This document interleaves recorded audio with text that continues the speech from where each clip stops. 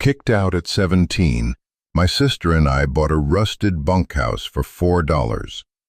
What it became changed us. That's the headline of my life, I guess. The kind of thing you see online and click on because it sounds impossible. But it was real. Every last rusted, splintered piece of it. If you've ever felt like you were at the end of a road with nowhere to turn, if you've been handed a life you didn't ask for and had to find a way to make it your own, then hit that subscribe button. This story is for you. It all started on my last day at the Northwood Group Home for Boys. My 18th birthday was a week away, but in the eyes of the state, I was already an adult, a problem solved. My social worker, Mr. Henderson, stood in the doorway of the small room I'd shared with 3 other guys for 2 years. He held a manila envelope that was as tired and gray as his expression. The room smelled of institutional disinfectant and stale teenage socks, a scent I was desperate to forget. I was folding my last t-shirt and placing it into a worn-out backpack that contained everything I owned. 2 pairs of jeans, a few shirts, a toothbrush, and a worn paperback copy of a book our grandmother used to read to us. Mr. Henderson cleared his throat. "Leo, you got everything?" I nodded, not trusting my voice. My hands were shaking slightly, and I shoved them in my pockets. For 2 years, this place had been a cage, a predictable, sterile, loveless cage. But now that the door was open, the sheer, terrifying emptiness of the world outside was a different kind of prison. He stepped inside, the squeak of his cheap shoes echoing the finality of the moment. "Your final paperwork is in here," he said, tapping the envelope. "Bus ticket to the city shelter. They're expecting you. There's a list of resources, job placement programs. You know the drill." I did. I knew the drill. I knew the statistics. I knew what happened to kids who aged out of the system with no family and no money. The resources were a joke, a series of revolving doors that usually led right back to the street. He hesitated, a flicker of something almost human in his eyes. "Listen, son, it's a tough road. Keep your head down. Stay out of trouble." It was the same speech he gave every kid on their way out, a prepackaged set of platitudes to absolve the system of its failure. I just wanted him to leave. I wanted to be alone with the silence before the noise of my new, uncertain life began. But he didn't leave. He pulled out a second, smaller envelope. "This came for you, from a lawyer's office. We weren't supposed to give it to you until your official release day, but, well, here." He handed it to me. It felt heavy, important. My name was typed on the front. Leo Vance. Below it, the name of a law firm I'd never heard of. "A lawyer?" I asked, my voice raspy. "What for?" He shrugged, his duty done. "No idea. Probably something to do with your grandmother's estate. Don't get your hopes up. Usually just debt notifications." He clapped me on the shoulder, a gesture that was meant to be reassuring, but felt like a shove. "Good luck, Leo." And then he was gone. I stood there, the heavy silence of the room pressing in on me. The only thing I could hear was the frantic beat of my own heart. My grandmother. She'd been gone for 6 months, a quiet fading in a state-run nursing home. My sister Mia and I hadn't even been allowed to go to the funeral. They said it was procedurally complicated. Mia was 15, still lost in the girls' side of the system, and the thought of her was a constant, sharp ache in my chest. We hadn't been allowed to see each other much, just stilted, supervised phone calls once a week, where we mostly just listened to each other breathe. unable to say any of the things that mattered. Now I was being kicked out, and she was still trapped. The thought of leaving her behind was eating me alive. I tore open the lawyer's envelope. The letter inside was dense with legal jargon I couldn't understand, but a few words jumped out. Bequest. Last will and testament of Eleanor Vance. Heir. My breath caught in my throat. I called the number at the bottom of the page. A crisp, professional voice answered. Law offices of Albright and Associates. I explained who I was, my voice cracking. I was put on hold, the tinny, classical music a bizarre soundtrack to my panic. Then a woman came on the line. Mr. Vance, this is Catherine Albright. I was your grandmother's attorney. Her voice was calm, measured. It was the kind of voice that didn't get flustered. I'm glad you called. We need to discuss your inheritance. Inheritance. The word was so foreign, so disconnected from my reality. We had nothing. Our grandmother had lived on a meager pension, spending her last years in a facility paid for by the state. I don't understand, I stammered. My grandmother, she didn't have anything. That's not entirely accurate, Ms. Albright said, a touch of dryness in her tone. She didn't have liquid assets, no. No money in the bank. In fact, her estate had significant debts which have been settled. But she did own a piece of real property, a very small one. I waited, my knuckles white as I gripped the phone. It's a parcel of land, a 1/4 acre to be precise, in a town called Silver Creek. On that land is a structure, listed on the deed as a prefabricated industrial bunkhouse. It was a tax-delinquent property she purchased 7 years ago. A bunkhouse, in a town I'd never heard of. It made no sense. Why? I asked, the question coming out as barely a whisper. I'm afraid I don't know. Her instructions were very specific. The property was to be held in trust until you and your sister Mia were her sole surviving heirs. Upon her death, the deed passes to you both jointly. She paused. Now, Mr. Vance, we need to be practical. The property is in a state of extreme disrepair. The county assessor values the land at next to nothing, and the structure itself is considered a liability. It's essentially worthless. My heart, which had leaped with a wild, impossible hope, sank back into the familiar pit of my stomach. Of course, worthless. However, she continued, and I held my breath again. There is an interested party.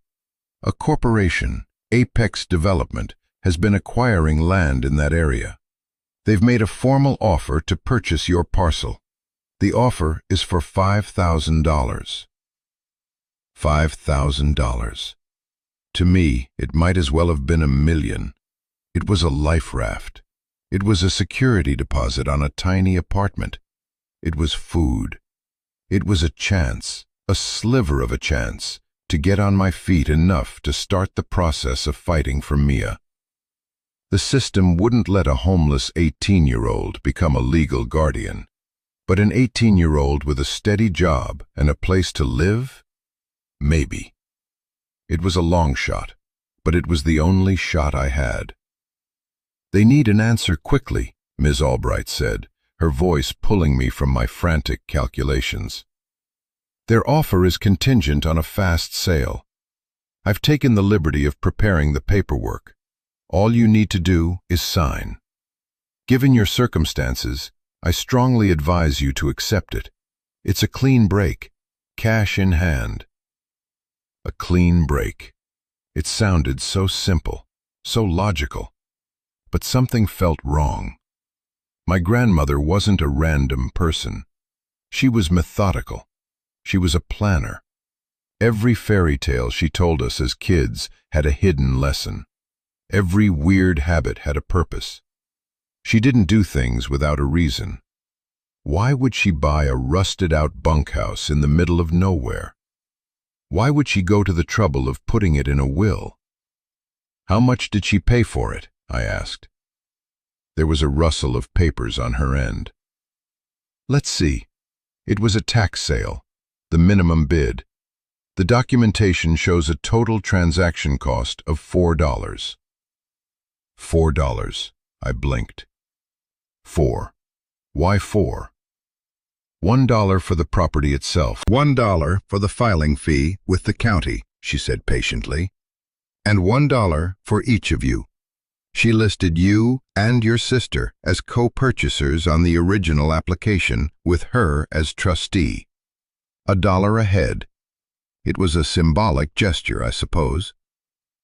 $1 for me, $1 for Mia. A knot formed in my throat. It wasn't random. It was a message. This thing, this worthless piece of metal and dirt, it was for us. It was the only thing she had left to give, and she'd tied us to it, literally, with her last few dollars. Mr. Vance, are you there? Ms. Albright's voice was insistent. I need your decision. The shelter won't hold your bed forever. I looked around the empty room. The gray walls, the scarred metal bed frame. This had been my home. Before that, another home and another. A series of temporary spaces that were never mine. The bunkhouse was worthless. It was a wreck. It was in the middle of nowhere. But it was the first thing in my entire life that was actually mine. Mine and Mia's. I'm not selling, I said, the words surprising me as much as they probably surprised her. There was a sharp intake of breath on the other end of the line. Mr. Vance, Leo, I urge you to reconsider. This is not a sound financial decision. You have no resources. What could you possibly do with a derelict building hundreds of miles away? I didn't have an answer. I just had a feeling. A deep, gut-level certainty that selling it would be a mistake. A betrayal. I have to see it first, I said. I'm going to Silver Creek. There was a long, heavy silence. I could almost hear her calculating, reassessing. She probably thought I was a fool, a naive kid making a sentimental, stupid choice. Maybe I was. Very well, she said finally, her voice tight with professional disapproval.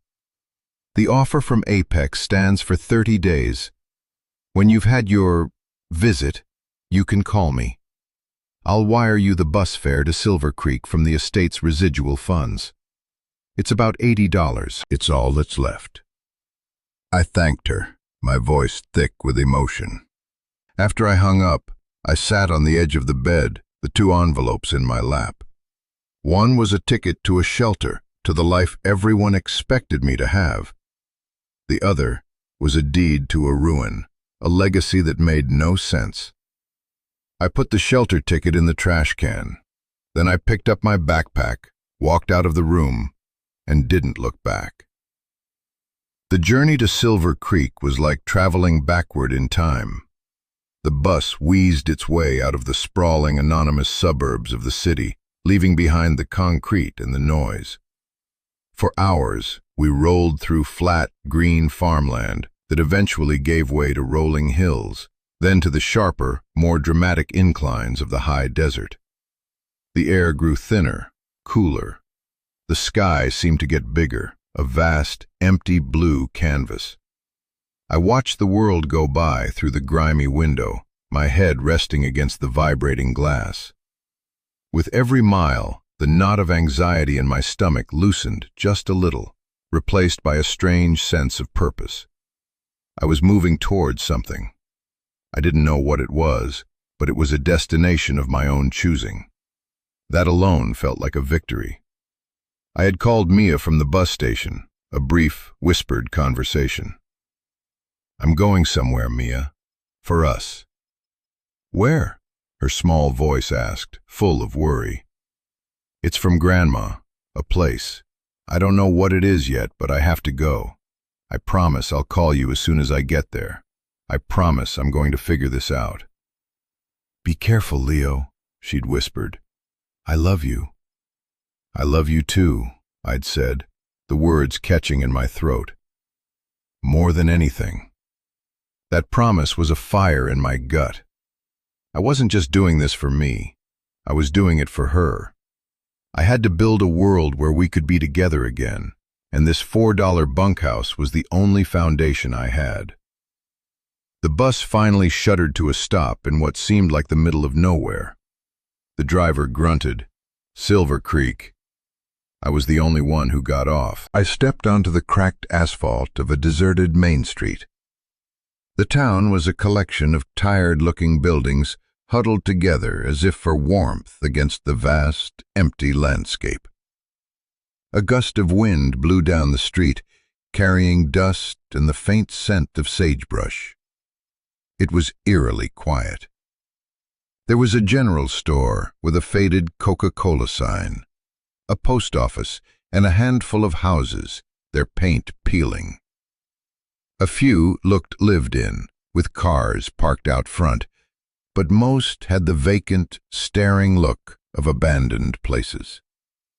I felt a dozen invisible eyes on me, the new arrival in a town that had probably forgotten what new arrivals looked like. I shouldered my backpack and started walking, following the crude map Ms. Albright had emailed to my phone. My property, my inheritance, was on the far edge of town, where the last paved road crumbled into a dirt track. The bunkhouse appeared over a slight rise, and my heart sank. Disrepair was a generous word. It was a long, low-slung building made of corrugated metal, the color of rust and dried blood. The roof sagged dangerously in the middle, like a broken back. Most of the windows were boarded up with mismatched pieces of plywood. The one visible pane of glass was shattered. It looked like it had been used for target practice. The whole structure leaned to one side, as if exhausted. It wasn't a building, it was a corpse. A wave of despair washed over me. Ms. Albright was right. I was a fool. This wasn't a foundation, it was a grave. I had traded 5,000 real dollars, a tangible chance to help my sister, for this pile of scrap metal. The wind whistled through a gap in the siding, a mournful, mocking sound. I walked around it, my boots crunching on gravel and broken glass. The quarter-acre of land was just as bleak, a patch of dirt and stubborn weeds. In the distance, the jagged peaks of the mountains clawed at the sky. There was a raw, desolate beauty to the landscape, but it offered no comfort. It just made the bunkhouse look even smaller, even more pathetic. The front door was secured with a heavy chain and a huge, ancient-looking padlock. Of course, no key. I was locked out of my own ruin. I sank down onto the rickety wooden step, my head in my hands. The full weight of my decision crashed down on me. I had 80 fewer dollars than when I started. I was in a ghost town, hundreds of miles from anyone. And I was the proud owner of a locked garbage heap. I wanted to cry, to scream, to punch something. But I was too tired, too empty. I just sat there as the sun began to dip below the mountains, painting the sky in brutal shades of orange and purple. A cold wind picked up, and I shivered. I couldn't stay out here. I had to get inside. I remembered the tire iron I'd seen by the side of the road 100 yards back, probably fallen off a truck. With a surge of desperate energy, I ran and got it. For 20 minutes, I wedged and pried and swore at the padlock, my muscles screaming in protest. Finally, with a screech of tortured metal, the chain's hasp broke. The chain fell to the ground with a heavy clank. The door swung inward with a groan, opening into a black, musty-smelling void. I hesitated on the threshold, my phone's flashlight beam cutting a nervous path through the darkness. The air that flowed out was thick with the smell of dust, decay, and something else. The dry, papery scent of time itself. Taking a deep breath, I stepped inside. The inside was even worse than the outside. My flashlight beam danced across a scene of total dereliction. It was one long room, originally lined with rows of metal bunk beds. Most of them had collapsed into tangled heaps of metal. The mattresses, thin and stained, had been torn apart by animals, their stuffing strewn across the floor like dirty snow. Dust lay thick on every surface, inches deep in some places, disturbed only by the tracks of mice and other small creatures. The air was heavy and still. At the far end of the room, a section of the roof had given way, leaving a gaping hole open to the sky. Pigeons had roosted in the rafters, and the floor below was slick with their droppings. It was hopeless, utterly, completely hopeless. I walked slowly down the central aisle, my footsteps muffled by the dust. This place hadn't been a home. It had been a warehouse for tired bodies, a place for miners to collapse after a long shift, probably. There was a profound sadness baked into the walls, a residue of exhaustion and forgotten dreams. I was about to turn and leave, to go find some ditch to sleep in before I called Ms. Albright in the morning and begged her to take the deal, when my light caught something. In the far corner, tucked away from the worst of the decay, was a single, sturdy-looking footlocker. It was an old military-style chest, painted olive drab, secured with its own lock. It was out of place. Everything else in the bunkhouse was cheap, disposable. This was solid. This was meant to last. My heart started to pound again, a flicker of that earlier, irrational hope. Why would this one thing be here? I knelt beside it, running my hand over the cool metal. It was locked tight. I tried the tire iron, but the lock was far more robust than the one on the door. I wasn't getting into it by force without destroying the chest itself. Defeated again, I sat back on my heels. The silence of the bunkhouse pressed in on me. I felt a sudden, vivid memory surface. I was 6 years old, sitting on my grandmother's lap. She was telling me a story, one of her strange, rambling tales. It was about a clever little mouse who hid his cheese from the big, greedy cats. "And where did he hide it, Leo?" she'd asked, her voice a low, comforting rumble. "He didn't bury it. He didn't put it on a high shelf. He put it right under their noses, the one place they would never look." She'd tap the floor. "Under the squeaky floorboard, the one everyone steps on and complains about, but nobody ever thinks to look under. The squeaky floorboard." It was just a fairy tale, a kid's story. But my grandmother's stories were never just stories. I stood up, my flashlight beam sweeping the floor around me. The floor was made of wide wooden planks, warped and stained. I started walking deliberately, testing each board with my full weight. Creak, groan, silence. Then right near the corner where the footlockers sat, I stepped on a board and it let out a loud protesting squeal distinct from all the others. The squeaky floorboard. My hands were trembling as I knelt down. I used the tip of the tire iron to pry at the edge of the plank. It was stubborn, held fast by old nails, but it was also looser than the others. With a final wrenching pull, the board came up with a splintering crack.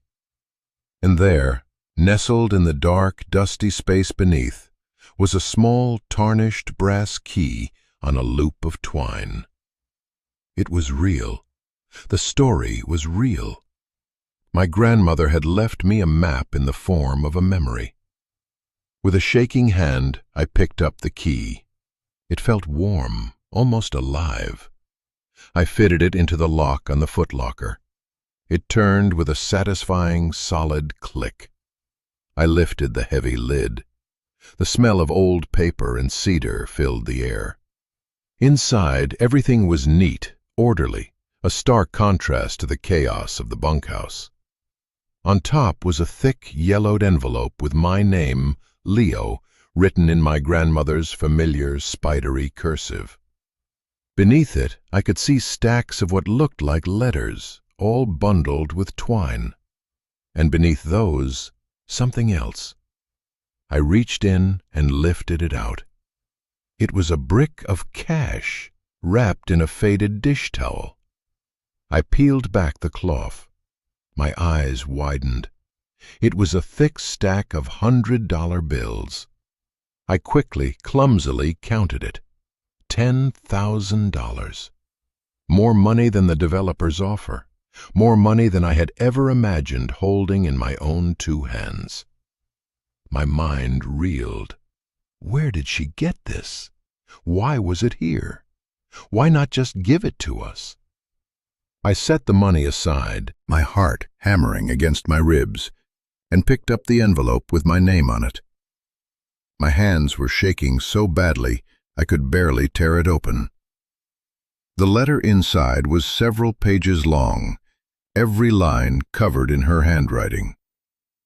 "My dearest Leo," it began, "if you are reading this, it means I am gone, and you have found your way here. It means you were clever enough to remember my silly stories and brave enough not to take the easy way out. I am so proud of you. I knew you would be. There are things you need to know, things I couldn't tell you and Mia to protect you. The stories our family told about your grandfather, about your father, they were lies. But they were lies born of love and fear." I had to stop and take a breath. The official story was that our grandfather had been a gambler and a drunk who abandoned his family. Our father, his son, had followed in his footsteps, getting into debt with dangerous people before he died in a supposed car accident when I was 5. It was a legacy of shame that had clung to us, the reason we'd ended up in the system after our mother passed away from what they called a broken heart. My grandmother's letter painted a different picture. "Your grandfather, William, was a good man," she wrote. "He was a geologist at the old Silver Creek mine. He was brilliant. But the mine fell on hard times, and a new group of partners took over. They weren't interested in silver. They were using the mine's deep, unmapped tunnels for smuggling. Weapons, I think, and other things. When your grandfather figured it out, he was horrified. He began collecting evidence, ledgers, shipping manifests, names.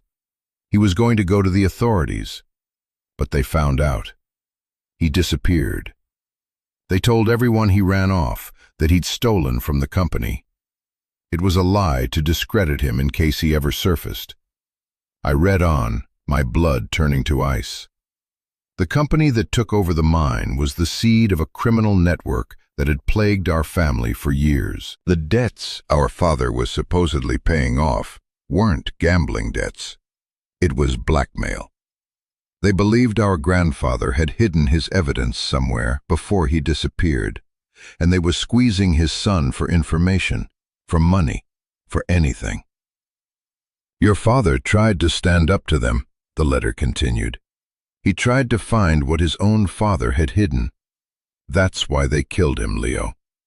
His car crash was no accident. After he was gone, they started coming after me, threatening you and Mia. I knew I couldn't protect you on my own. The only way to keep you safe was to become invisible, to let the state take you. It broke my heart every single day, but it put you outside their reach. They couldn't get to you inside the system. I had to put the letter down. I was gasping for air, a terrible, wrenching sob building in my chest. All those years of feeling abandoned, of hating my father and my grandfather for their weakness, of feeling like we were cursed. It was all a lie. We weren't abandoned. We were protected, in the most brutal, painful way possible. I cried. I sat there on the dusty floor of that ruined bunkhouse and cried for the grandfather I'd never known, for the father I barely remembered, for the grandmother who had sacrificed everything. I cried for my sister, who still didn't know the truth, and I cried for the boy who had believed he was worthless, the product of a broken family. When the tears finally subsided, I picked up the letter again. There was more. This bunkhouse is the key, Leo. I spent years searching for the right place. This land was cheap, forgotten, but it's not random. Your grandfather was clever. The evidence isn't in the mine, it's under it. Or rather, the access to it is. This building sits directly on top of a forgotten survey tunnel, one that's not on any modern map. A tunnel that leads to a small, hidden cavern where he secured his proof. The company, which now calls itself Apex Development, knows the evidence is somewhere in this valley. That's why they're buying up all the land, piece by piece. They want to level this whole valley and excavate the old mine works, to find and destroy that evidence for good. They think this bunkhouse is just a worthless scrap heap. They don't know what's underneath it. My eyes went to the floorboards, then back to the letter. The money is for you and Mia, to survive, to give you a start. You can take it and run. I won't blame you. You deserve a life of peace. But if you have your grandfather's courage and your father's heart, you will use this place to finish what they started. The other letters in this box will explain everything you need to know about the tunnel, about what to look for. The choice is yours, my boy. Freedom or justice. I know which one your grandfather would have chosen. I let the letter fall into my lap. The weight of it all was crushing. The cold air of the bunkhouse seemed to press in on me, filled with the ghosts of my family. I was sitting on a secret, a legacy of defiance that spanned 3 generations. My grandmother hadn't just left me a ruin and some money. She had left me a choice.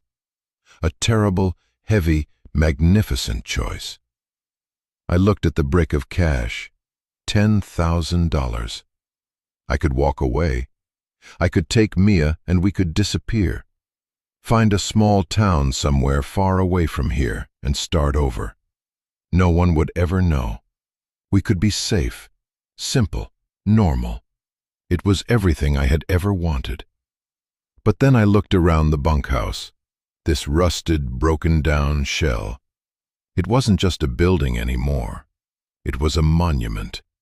It was the final outpost in a war I hadn't known my family was fighting. It was my grandmother's last act of faith. It was my father's lost cause. It was my grandfather's tombstone. How could I walk away from that? How could I let Apex Development win? Let them pave over my family's story and turn it into a parking lot for some luxury resort. I'm going to pause the story here for a second, because sitting there on that floor, I felt like the world had been split in two. There was the life I could have, and the life I was being called to. Everything I thought I knew about my past, about my family, had been turned upside down. But it wasn't a story of shame anymore. It was a story of incredible sacrifice. Have you ever had a moment like that? A revelation that completely reframes your entire life. A truth that is both devastating and empowering all at once. If you have, I want to hear about it. Leave a comment below, because I think these are the moments that truly define us. I read every single one. Okay, let's get back to it. I was 17 years old, sitting in the dark, with a ghost story in my hands, a fortune at my feet, and a choice that would change everything. For a long time I just sat there, the silence broken only by the whistling of the wind. My mind was a battlefield. The sensible part of me, the part that had been shaped by years of instability and fear, screamed at me to take the money. To call Ms. Albright, sell the land, add another 5,000 to the pile, and run as far and as fast as I could.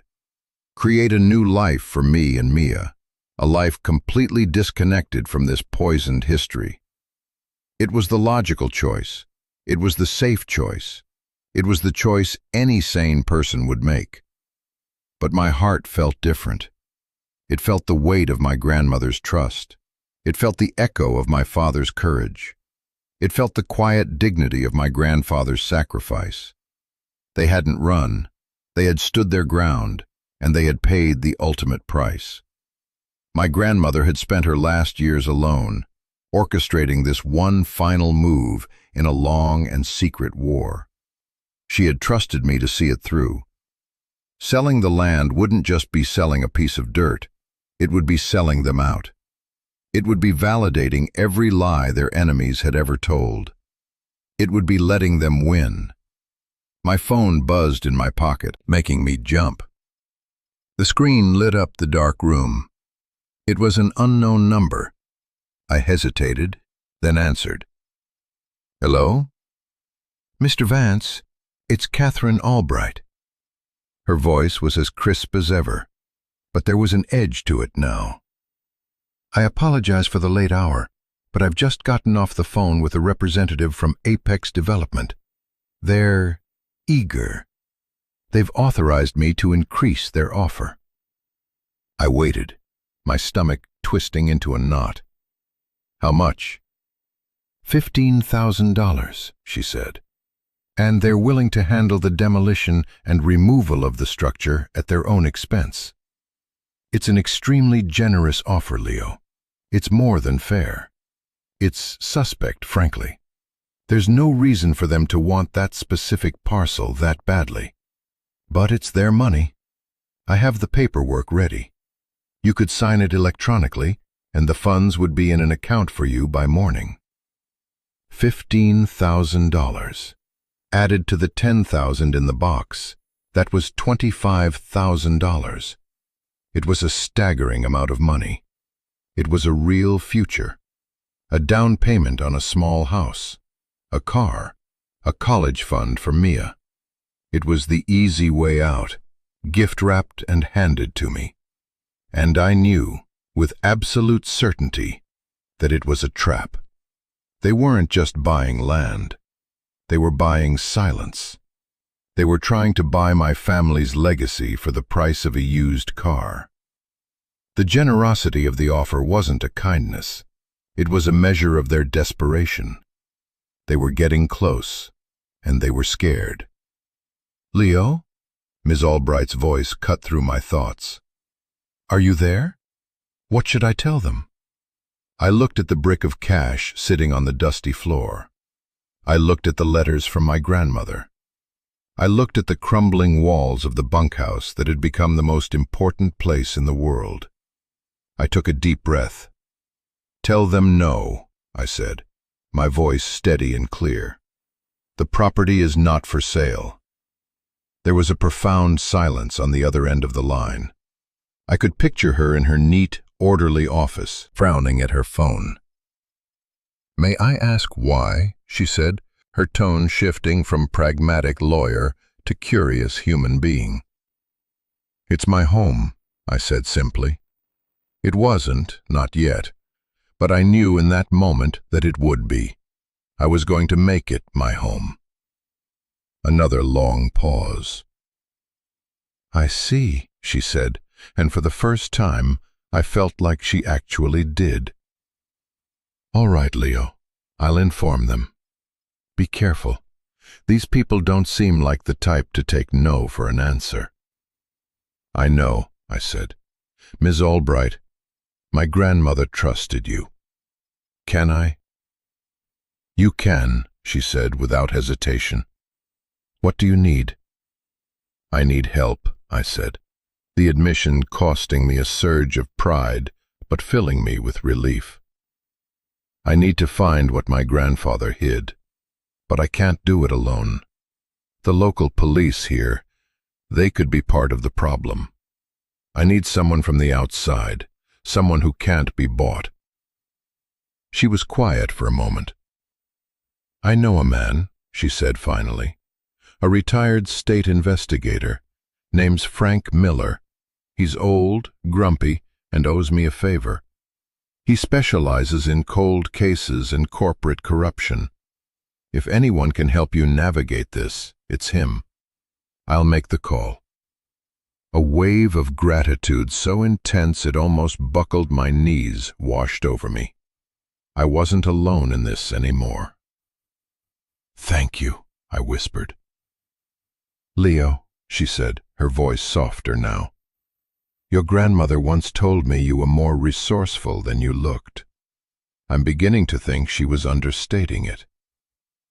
After the call, a new kind of energy filled me. The fear was still there, a cold stone in my gut, but now it was mixed with a fierce, burning resolve. I wasn't a victim anymore. I was a participant. I was the last soldier in my family's army. I spent the rest of the night by the light of my phone, devouring the other letters my grandmother had left. They were a manual, a guide. She had detailed everything. There were hand-drawn maps of the bunkhouse, with an X marking a specific spot in the floor. There were diagrams of the survey tunnel, copied from my grandfather's old journals. There were notes on the geology of the area, explanations of ventilation shafts and load-bearing walls. She had even included a list of tools I would need, and a hardware store in the next town over where I could buy them without raising suspicion. She had thought of everything. She had armed me not with a weapon, but with knowledge. The next morning, I used a few $100s from the cash stash and hitchhiked to the neighboring town. I felt conspicuous and paranoid, buying a heavy-duty crowbar, a sledgehammer, a powerful headlamp, and a long coil of rope. The man at the counter gave me a curious look. "Big project?" he asked. "Something like that," I mumbled, paying in cash and leaving as quickly as possible. Back at the bunkhouse, I followed the map my grandmother had drawn. The X was in the back corner, near where a small, rusted-out utility sink was mounted to the wall. According to her notes, this section of the floor was reinforced concrete, a foundation for some old piece of machinery.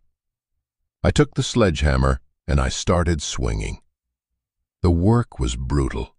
The concrete was thick, unyielding. Sweat poured down my face, my arms screaming with every impact. But with each swing, I felt a surge of purpose.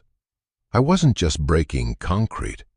I was breaking through the lies. I was clawing my way toward the truth. After hours of punishing labor, the sledgehammer finally broke through. A dark hole appeared in the floor. I dropped the hammer, my hands raw and blistered, and peered into the opening. A rush of cool, earthy-smelling air rose to meet me. This was it, the entrance to the survey tunnel. It was a narrow, vertical shaft, just wide enough for one person to squeeze through, with a rusted iron ladder bolted to one side. It disappeared into absolute blackness. My heart hammered against my ribs. This was the point of no return. I secured the rope to a sturdy ceiling beam, strapped on the headlamp, and put the crowbar in my backpack. I sent a quick text to Ms. Albright, letting her know what I was doing, just in case. Then, I swung my legs into the hole, found the first rung of the ladder, and began to descend. The air grew colder, damper, the deeper I went. The only sound was my own ragged breathing and the scraping of my boots on the ladder. The beam of my headlamp cut a small, lonely circle in the oppressive darkness. It felt like I was climbing down the throat of the earth. After about 30 feet, my feet touched solid ground. I was in a narrow, man-made tunnel, just tall enough for me to stand upright. The walls were rough-hewn rock, supported by rotting wooden beams. It smelled of wet stone and decay. I followed my grandmother's directions, taking the first fork to the left, then continuing for what she estimated was 200 yards. The tunnel was claustrophobic, terrifying. Every creak of the timbers, every skittering sound in the darkness sent a jolt of adrenaline through me. I was walking through my family's history, a place of secrets and death. Finally, I came to the spot she'd described. A section of the wall that looked like a natural rockfall, a dead end. But her notes said it was a false wall, constructed by my grandfather to hide the entrance to his secret cavern. I took out the crowbar and started to probe the gaps between the rocks. I found it, a large, flat stone that was looser than the others. I wedged the crowbar behind it and pulled with all my might. For a moment, nothing happened. Then, with a deep groan, the stone shifted, scraping against its neighbors. I worked it back and forth, creating a larger and larger opening. Finally, I was able to pull it free. Behind it was a dark, narrow opening. I squeezed through and found myself in a small, natural cavern, no bigger than a walk-in closet. And in the center of the cavern, sitting on a flat, dry ledge, was a metal box. It was an old ammunition case, painted black, with the initials W.V., William Vance, stenciled in white on the lid. I had found it. I had finished the journey my father had started. I opened the box. Inside, protected by oilcloth, was a thick ledger book and a stack of documents. I opened the ledger. The pages were filled with my grandfather's neat, precise handwriting. Dates, cargo descriptions, flight call signs, and names. It was all there. A detailed record of the smuggling operation stretching back years. The documents were shipping manifests, bank transfer records, and corporate ownership papers that connected the whole operation directly to the primary partners of what was now Apex Development. It was undeniable proof, a bomb waiting to go off. I packed everything carefully into my backpack, my hands trembling with the significance of what I held. This wasn't just evidence, it was justice. It was vindication. It was the truth, heavy and real in my hands.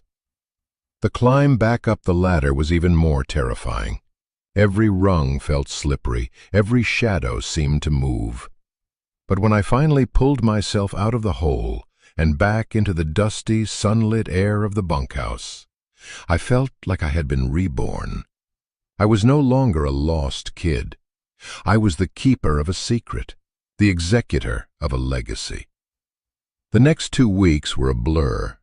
Ms. Albright's contact, Frank Miller, arrived in Silver Creek. He was exactly as she'd described, old, weathered, with eyes that missed nothing. He looked at me, at the bunkhouse, and at the evidence I'd retrieved, and gave a low whistle.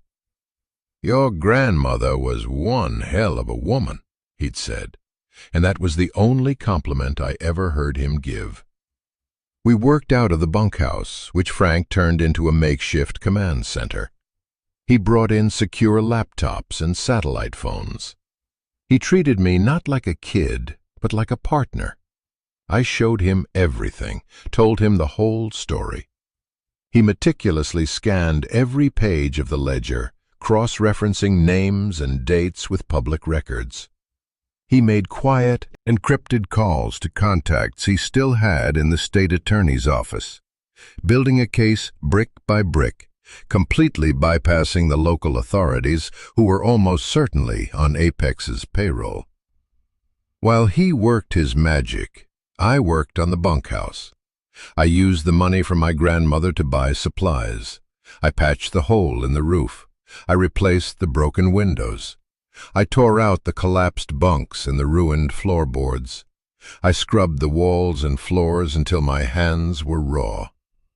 With every nail I hammered, with every board I replaced, I felt like I was not just repairing a building, but rebuilding my life.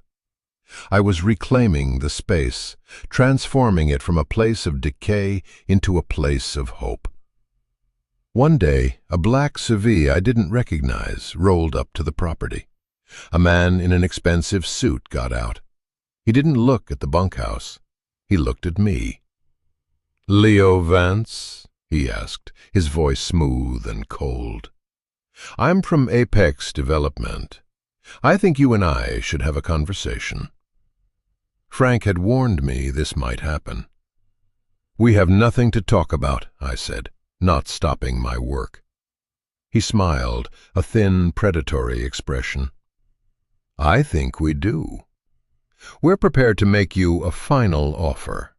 $100,000, cash, for the land and for whatever you think you found here. You take the money, you and your sister disappear, and this all goes away." $100,000. It was a life-changing amount of money. A test. "This property isn't for sale," I said, my voice hard as stone. His smile vanished. "You're making a mistake, kid. You're playing a game you don't understand, with people who don't play fair." "I'm not playing a game," I said, looking him straight in the eye. "I'm finishing one." He stared at me for a long moment, his eyes cold and assessing. Then he got back in his car and drove away, leaving a cloud of dust behind. The threat hung in the air, but for the first time in my life, I wasn't afraid. I was ready.